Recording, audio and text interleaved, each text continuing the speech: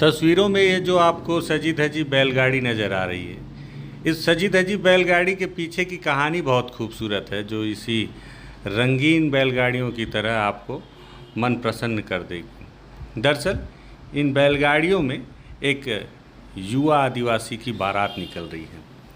दूल्हा हैं शंभूनाथ सलाम, जो कि कांकेर क्षेत्र के क्षेत्रीय इलाके के गोंडवाना समाज के अध्यक्ष हैं और बड़गांव क्षेत्र का ये पूरा मामला है।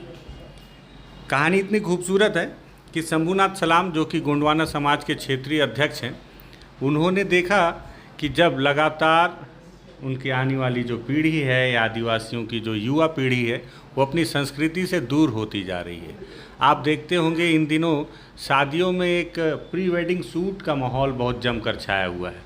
आपके पास पैसे हो या ना हो, लेकिन हर कोई युवा चाहता है कि उसकी शादी से पहले प्री वेडिंग शूट किया जाए, जिसमें लाखों रुपए खर्च होते हैं। और आजकल जो फ़ोटो शूट वाले हैं वो इस पे अलग अलग बजट में आपको ये सुविधा भी उपलब्ध करा देते हैं।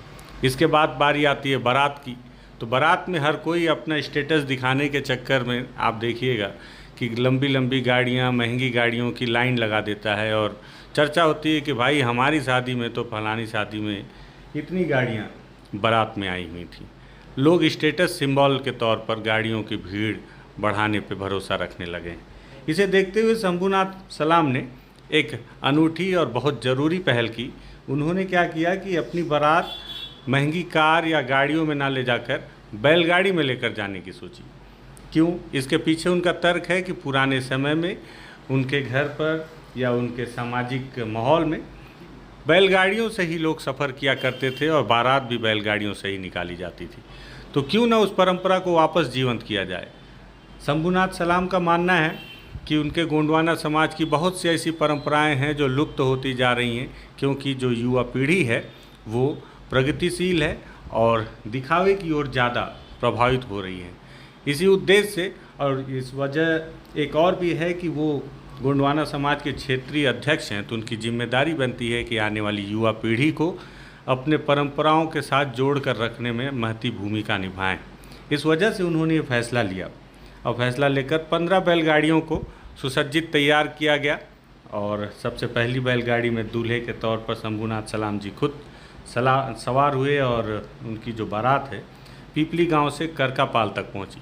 आप यकीन माने कि जिसने भी रास्ते में बैलगाड़ियों में इस बारात को देखा, हर कोई चौंक गया और बहुत कौतूहल से बारात को देखने लगा। कई लोगों ने आकर दूल्हे के साथ सेल्फी खिंचवाई और इनकी तस्वीरें उतारी और हर किसी ने शंभूनाथ जी के इस फैसले को सराहा और साथ ही साथ हर किसी ने कहा कि ये फैसला बहुत ही अनुकरणीय है।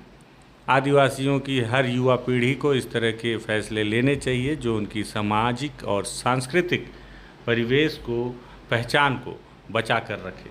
शंभूनाथ सलाम ने इसके पीछे एक और भी तर्क दिया। उन्होंने कहा कि समाज में हर किसी की आर्थिक स्थिति एक सी नहीं होती। कुछ लोग अमीर हैं, कुछ गरीब भी हैं, कुछ मध्यम वर्ग भी हैं।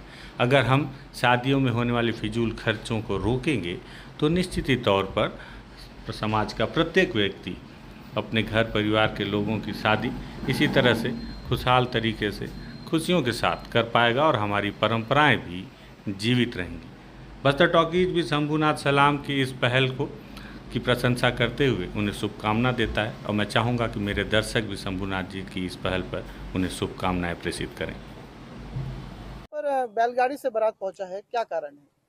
इस कारण यही है कि हमारे जो आदिवासी में अभी सब गरीबी अमीरी सबका है, तो हमारा कहना यह है कि अभी देखते देखते युवा पीढ़ी में भी खर्चा कम हो, ताकि हम लोग बैलगाड़ी से जाए तो जो हमारे पूर्वज का था उस पूर्वज का जो है उसी नीति रिवाज से चलना चाहते हैं।